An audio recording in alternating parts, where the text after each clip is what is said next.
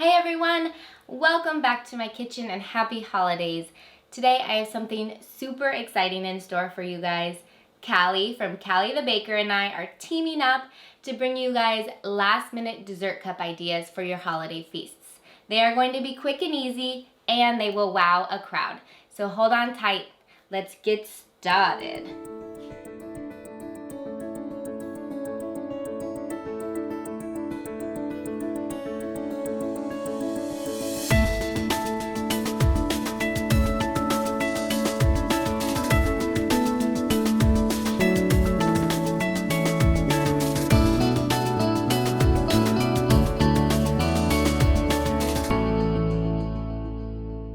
Callie and I are so excited to bring this to you.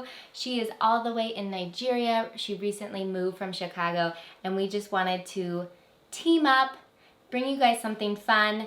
If you're struggling, if you're having some people over and you don't know what to make, we want to make it easy and give you something fun and exciting that will just wow your guests. Let's get started on our dessert cups. I am so anxious to tell you guys what we are making today. So, we've got these cute little cups I got at a baking supply store nearby. They're about 2 inches tall. We're gonna be filling these with a panna cotta that is going to be infused with some bay leaves and lemon peel. And then we're gonna top off our panna cotta with a lemon gelee. And we're gonna bring a little bit of herb and butter and crunch to it with a shortbread thyme crumble on top. It is going to be so good. It's going to wow your guests' mouths because you've got the creaminess of the panna cotta with a little tartness of that lemon, and then the thyme really brings the bay leaf and lemon all together. So I'm excited. We're going to really make like a plated dessert in a little cup. To make our cups a little extra fancy for the holidays, a super easy way to dress up your cup, we're going to just draw some eyes, a red nose, and we'll make candy melt antlers, and we're gonna have little Rudolphs. So let's get started. All right, so let's jump into our panna cotta. So we are going to start with our gelatin. We are going to bloom our gelatin in water. So a panna cotta is an Italian, classically Italian dessert that is sweetened cream with, and then it's thickened up with gelatin or molded in with gelatin. So I'm doing a whole packet of this gelatin and I'm putting it in cold water. So I mix that all up. I'm just gonna set that aside and I'm just gonna let that harden up. So we'll start with our cream part and we are going to add some fun elements to it with our bay leaf and our lemon. So it's gonna really brighten it up. So we've got our 2 cups or 460 grams of cream here. Then we're going to use half and half, another cup or 240 grams of half and half. So I've got my cream, my half and half, and my sugar inside this inside my pot. I'm gonna turn on my induction stove and just bring it to a simmer. Once we're at a simmer, I will add my bay leaves and my lemon peel, and then we're going to just put the top on, set it aside for 10 to 15 minutes just to steep and to infuse those flavors.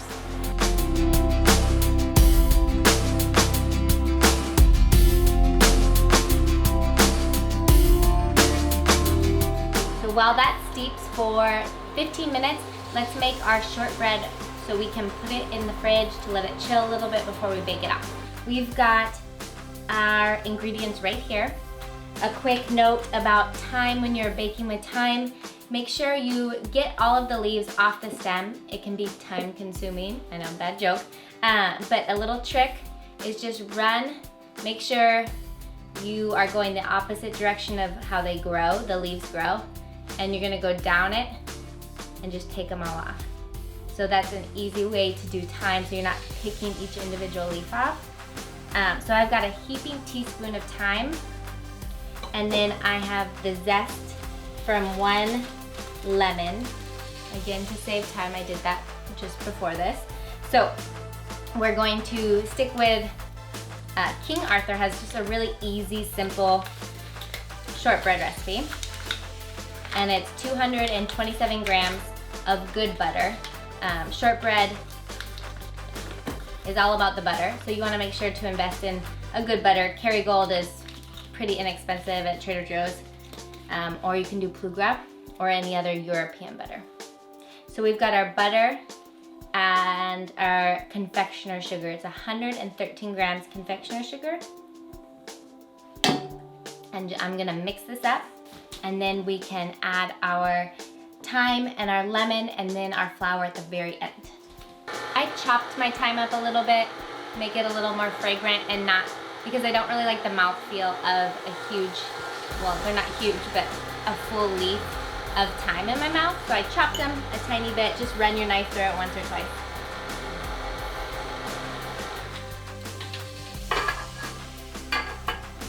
Adding in my thyme to the creamed butter and confectioner sugar. Gonna add the lemon.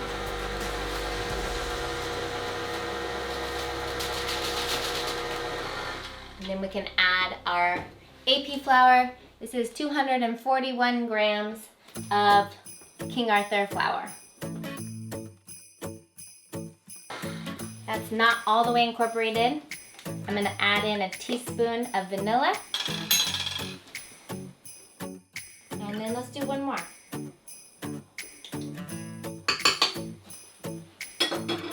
2 teaspoons of vanilla. And then you just want to mix to combine. All right, and that's it. We're just going to pop it in the fridge for 30 minutes while we do our other stuff, then we'll bake it off. All right, so back to our panna cotta. It's been steeping for 15 minutes. We're just gonna bring it back up to temp, let it boil a little bit, and then off the heat, we'll add our gelatin. I'm gonna take out those bay leaves and the lemon peel too. They've done their job. Oh, it smells so good. Okay, so we're back up to a boil. I'm gonna add our gelatin off the heat. We don't want gelatin to actually boil. This is our gelatin. Adding it in to melt it. Even though my induction is making noise, it is off. My heat is off. All right, I've got my Pyrex here to pour in, and we're just gonna evenly divide them.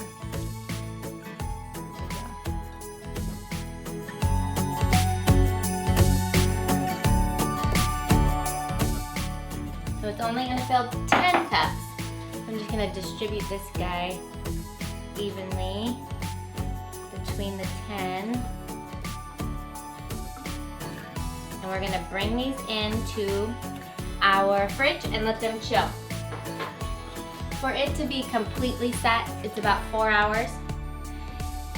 So we are going to, it's best to do this the night before. You have your party. And I mean, all you did was heat up cream and add some gelatin, and you got a panna cotta. We're just gonna do a little extra and add that lemon gelée on top. I'm gonna let this set for like an hour before I add that on top, just to make sure it doesn't drop to the bottom. You know, you want a little bit of a set before you add something on top of your. All right guys, so we reset our kitchen and we are ready to bake our shortbread now. It has been chilling in the refrigerator just for like a half an hour, and I'm just gonna crumble it so it bakes really fast. And then we can put it into smaller bits even when we put it on top of our cups. But if you wanted, you could bake them into cookie shapes, get your rolling pin, whatever. I'm just trying to make this super easy for us. I'm just gonna crumble about a third of this recipe. And I forgot to tell you, the recipe calls for salted butter. I did not use salted butter, so I add salt to it. I have preheated my oven to 300 degrees, and then we'll see after 10 minutes what it looks like. And we're gonna make our antler decor now. So for this, we're gonna use candy melt. Lots of baking supply stores will carry this Wilton candy melt. These are awesome, super easy to work with, and you don't have to worry about blooming like regular chocolate can have those like white spots on your chocolate after if you don't temper it properly. So candy melts are a good alternative to that. So I'm gonna melt this in the microwave on 50% power for 30 seconds. And then we're gonna stir it and then keep doing little bursts at a time to make sure it's all the way melted. Then we're gonna pipe out little antlers and they set really fast, okay? So I've got my melted candy melts here. I put it into a small 8-inch piping bag with a tiny little circular tip. And we are going to make antlers.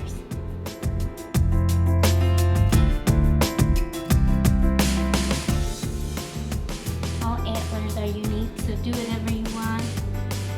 You can have 6 points.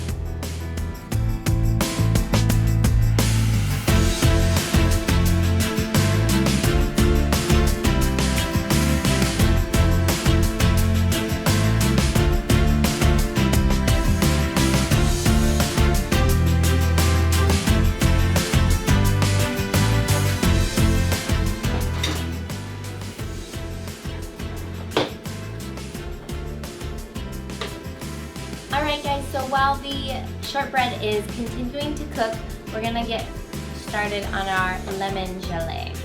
So we are going to bloom our gelatin first. We have 25 grams of cold water here, and we need 7 grams of gelatin for this. So I'm gonna add what I have in this little baby. And then open up another one, so 7 grams. Stir it up with our fork.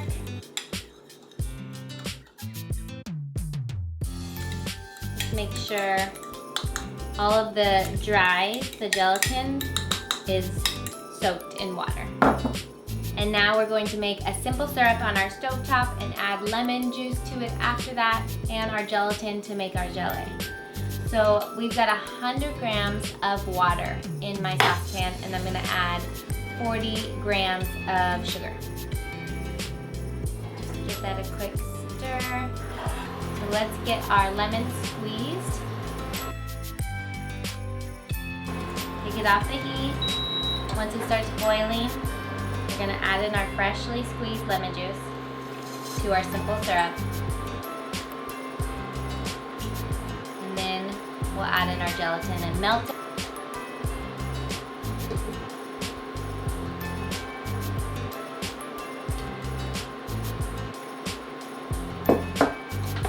This is all stirred in. We're just gonna let it thicken up a little bit before pouring it. We don't want this hot liquid to go on top of our panna cotta and ruin it. So we're gonna let this cool down. I'm gonna pour it into a different container, not the hot pan, so it cools faster. And then we can finish up our dessert.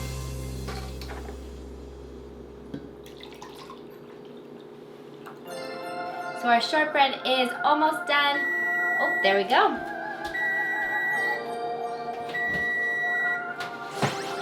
It's nice and golden brown. It took 30 minutes to get to the place I wanted to be at. So 30 minutes at 300 degrees Fahrenheit, 150 Celsius. So we've got our panna cottas that are pretty solid on the top, but not all the way through. So this is just a good time to pour these on and then pop them back in the fridge. We're gonna do a thin layer. So let's just make sure they're all even. I might have a little extra actually because we don't want too thick of a layer. We have had our panna cottas in the fridge for an hour already, so it's able to take on this pressure. Do not do this before you see like a nice layer, a solid layer on that panna cotta. So I'm gonna pop these back in the fridge, let these set, and then we can finish them all off.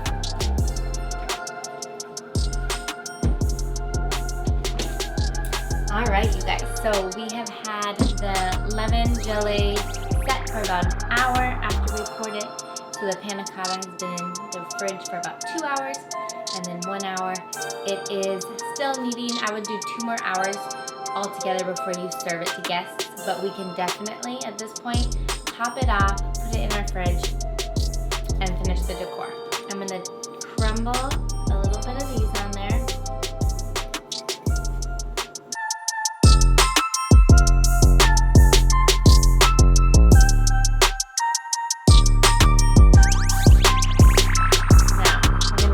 Let's do eyes and then the nose.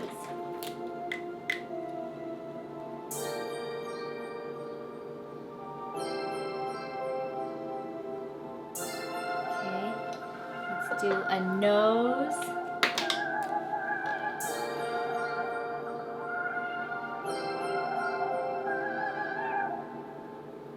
And obviously no one's eating your cup, hopefully. So Sharpies are good. I've used edible markers on the outside of your plastic cup and it does not stay on. So I would go with Sharpie. So we've got our cute little face, and then let's add our antlers that we did earlier.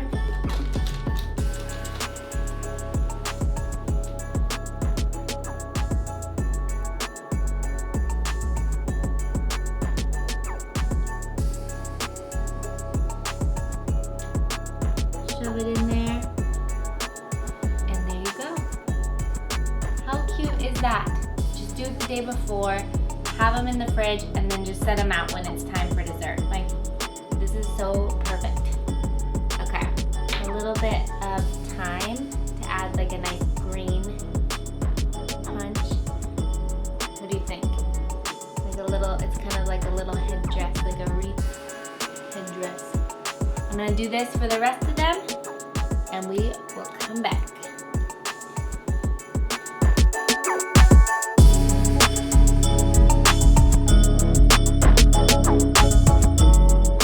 Finishing up these antlers, and then we are done.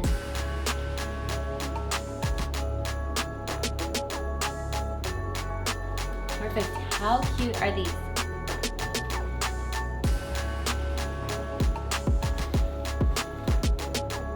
Got all of our little Rudolphs ready to be served to our guests. Thank you guys so much for tuning in. I am obsessed with these. I hope you enjoyed them as well. I had so much fun creating this recipe. I think this dessert will wow your guests. And most of the time it takes to make this is just things setting. It does not take much of your active time. So this is so perfect to get it done and just have it ready for your guests. When my son tried this, he said, oh gosh, what did he say? It was hilarious. He's like, oh, it's deliciously good. Delightfully. That's what he said. He's like, it's delightfully good, Mom. I thought that was so sweet. But thank you guys so much for tuning in. Make sure now to go head over to Callie the baker. She is always impressing me with her desserts, especially her cup desserts. So go check out that, see what she has in store for us, because I'm gonna make whatever she's telling us to make. Thanks so much for tuning in, you guys. I hope you liked what you have watched. Please subscribe to our channel if you haven't already. Like us down below, it helps us immensely. You can also follow us on Instagram. I don't know where we'll do the thing. And like us on Facebook. And we will greatly appreciate